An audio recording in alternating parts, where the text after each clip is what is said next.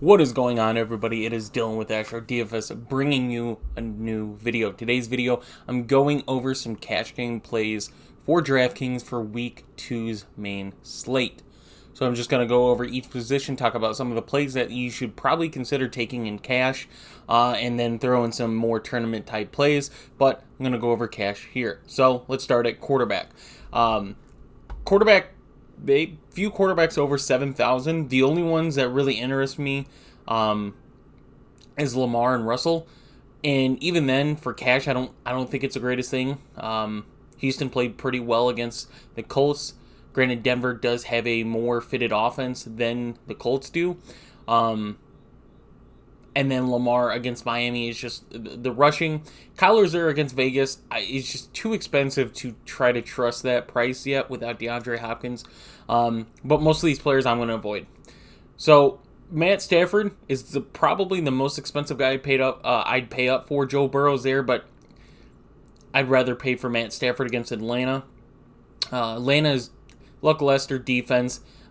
You saw what they did against the Saints. Looked pretty good in the first half, and then just got completely destroyed in that second half, playing conservative or not. And that Rams team definitely has something to prove that they are the defending Super Bowl champs. Hoping they include Allen Robinson this week. That would be huge. But Matt Stafford's probably the most expensive quarterback this week that I'd play in cash. Just because there's so many wide receiver options that seem really good right now, and running backs. It's worth paying up for that I'm probably going to pay down in the quarterback. Matt Stafford's that first guy. Derek Carr is probably one of the more favorites, and I'm with it. Playing against an Arizona team who got lit up by Kansas City last week. And Vegas, besides the 3 interceptions, didn't look all that bad in the pass game. Granted, 3 interceptions, totally understand that's not good. But you saw a strong connection with Devontae Adams. Not as much targets to Waller and Renfro, but that was to be expected. But I do expect that Vegas-Arizona game to be the high scoring. Everyone is. And with that being said, Derek Carr is probably the favorite quarterback for cash this week, in my opinion. And below that is Trey Lance at 5,700. I think Trey Lance has got a higher ceiling than Derek Carr. Derek Carr is probably a safer floor. But as far as getting you the most points, Trey Lance is probably that, and that's just because of his rushing upside. Last year, anytime Trey Lance was going to get that start for whatever reason, I think it was 2-3 weeks max, he was a really good play because of the rushing upside. Last week against Chicago, the weather was just, it didn't fit San Fran. As a Chicago Bears fan, I'll take that. But I think this team definitely has a lot to prove now, and with Seattle playing as well as they did, I think it was just because they were playing Russell Wilson. I don't think they come with that same energy. I expect San Fran to definitely put up some points led by Trey Lance. Other than that, guys, there's not a lot of options. I mean, maybe go Jared Goff against Washington if you really have to pay down for a quarterback against a bad defense, but I just see that being a low-scoring game. 2 is obviously there at 56, but I'm not trusting that against Baltimore's team yet. So that's it for quarterbacks. It's pretty much, in my opinion, between Trey Lance, Derek Carr, and then Matt Stafford. And Matt Stafford's probably still a little bit of a reach, so mostly Derek Carr and Trey Lance. Now let's go to running backs. Running backs is where it gets interesting. So Jonathan Taylor against Jacksonville just destroys Jacksonville every time he plays them. It's not saying it's going to happen, but his trend is playing very good against Jacksonville. But you're almost paying $10,000 for his price point, so that's where it gets a little tricky.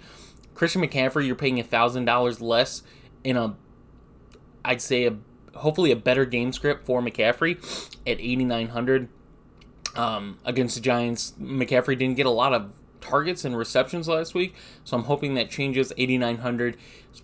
I probably wouldn't pay up to him. I'm targeting these 2 guys right here of Saquon and Joe Mixon. Saquon being heavily used in that Giants offense with a new head coach. So Saquon at 73, like if he continues to play, I don't expect a 36-point DraftKings game again. But if he gets in the mid to high 20s, we're definitely going to see his price start to skyrocket of just being heavily used and being the Saquon that we remember when he was a rookie and looked so good. And then Joe Mixon against that Dallas defense. Only if you're not paying for Saquon, I'd recommend paying Joe Mixon. There's a lot of good running back plays here this week. to pay up for the McCaffrey, Taylor, Barkley, Mixon, to where that's why you go cheap at quarterback so you can afford some of these guys.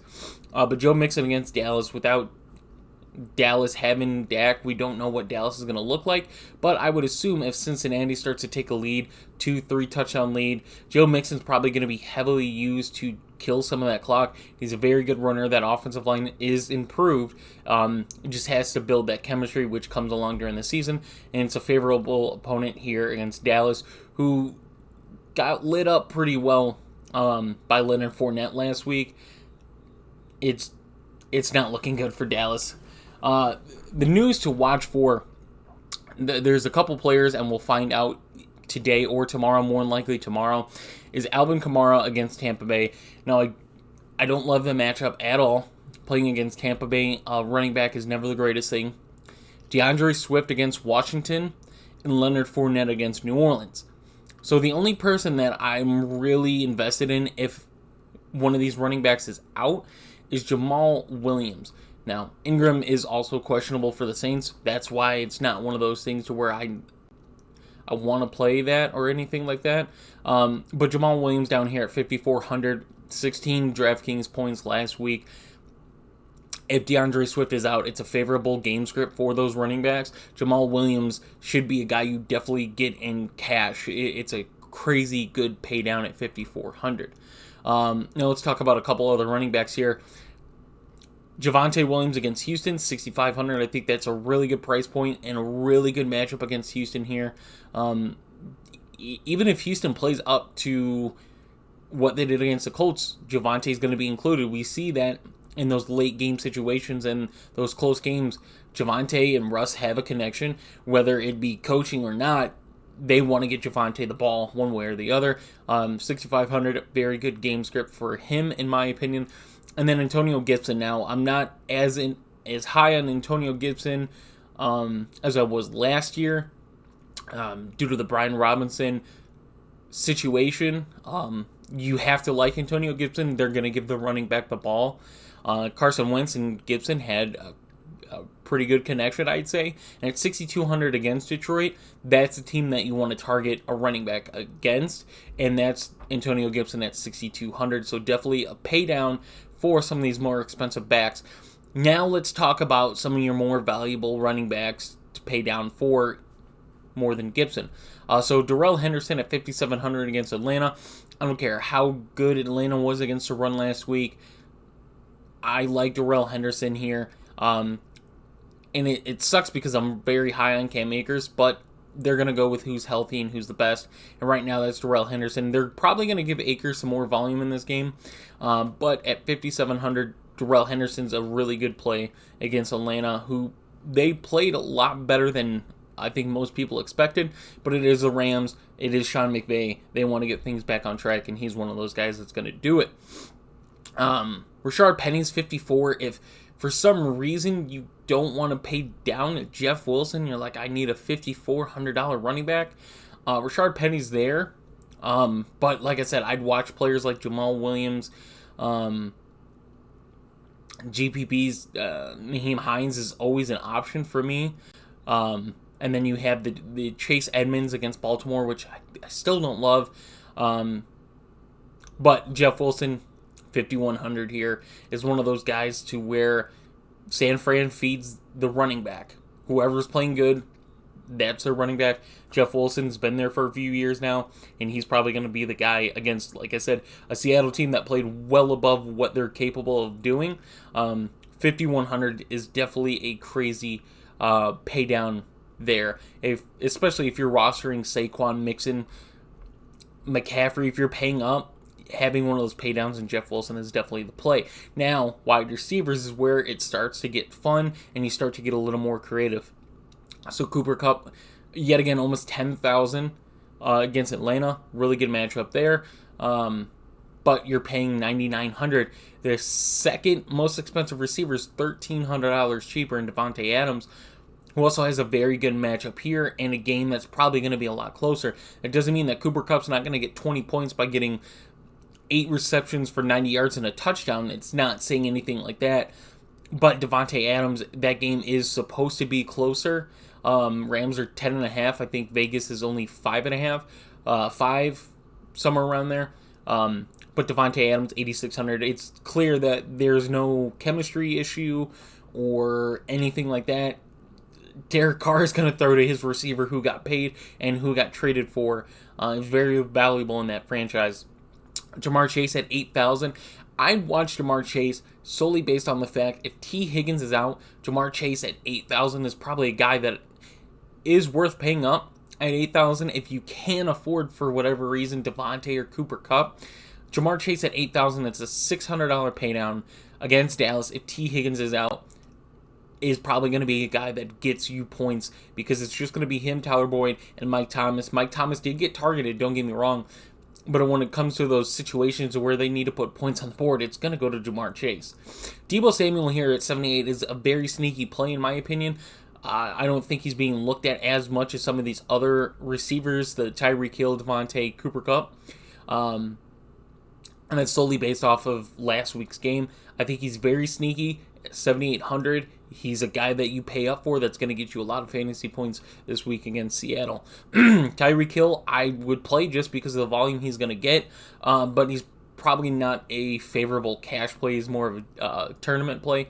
CeeDee Lamb, I'd say is another good tournament play to where probably not a lot of people are going to be on him because of the matchup, because of the quarterback situation, but he still was targeted heavy by Cooper Rush in that game, and when Dak's been out, CeeDee Lamb has still got his targets, so very sneaky tournament play there.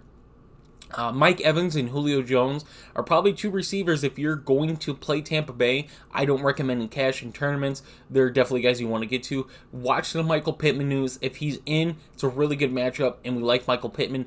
But I believe he is a true questionable to where they don't know if he's going to be good to play or not. Just watch the injury news today and tomorrow for Michael Pittman. It's 67. He's definitely worth the pay up. Amon-Ra, Mclaren. I'd like to play Mclaren, but he wasn't heavily included week one in a game to where he should have been. And now having another game where he should be targeted.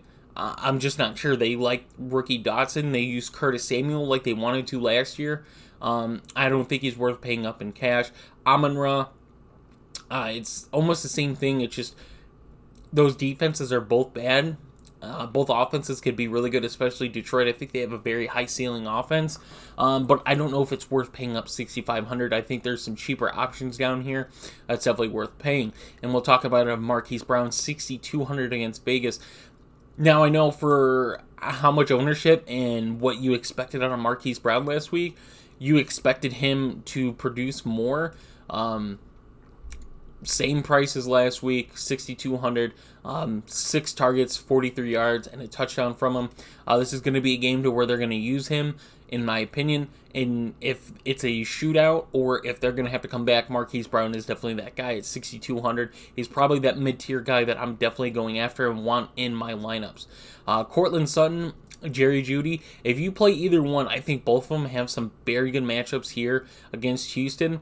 Obviously, I'm a Jerry Jeudy guy, so I'm going to just go Jerry Jeudy than Cortland Sutton. I love his route running. So if I'm playing a Denver receiver, I'd go Jeudy just based off of the price alone. If they were similar, I'd probably lean Sutton, but I do like Jerry Jeudy there. T. Higgins, like I said, just watch that news. Michael Thomas, 5,800 against Tampa Bay. It's clear that once Michael Thomas started to get those targets, he started to get on the field more, that Michael Thomas is what he was before the injury. One of the best receivers in the league at 5,800. He's not a huge cash play for me. He's more of a tournament play, and I'm definitely going to have a lot of shares of him in tournaments. But we're going to Christian Kirk at 5,700. Now, the matchup isn't the greatest against that Colts secondary, but the Colts in general are just very banged up. And Trevor Lawrence, Christian Kirk had a pretty good chemistry. I'd like to say game one for being a very young quarterback and a younger receiver. 5,700, he's definitely a player that I like there. Now, if you can't afford Devontae Adams, Hunter Renfrow is there.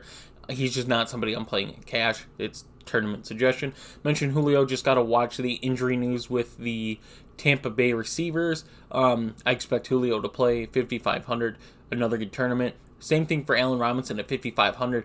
If you need a receiver here, very good matchup.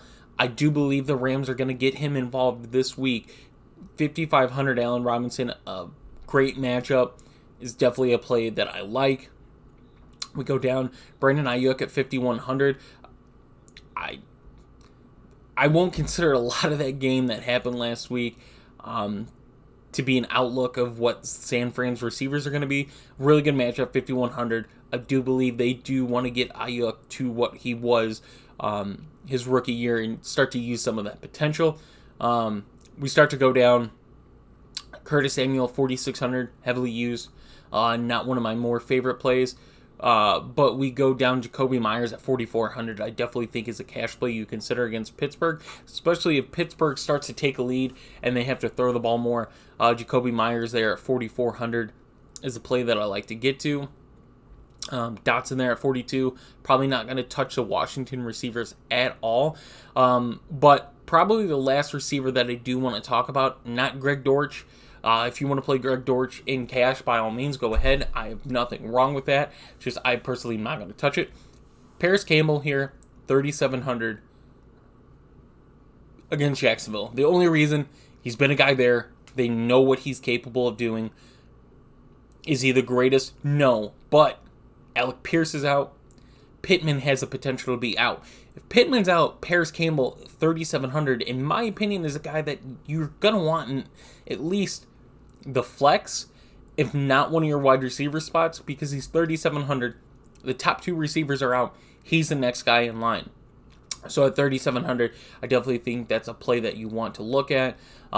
We go down. The only other player to throw out there in the tournament is Skronoke.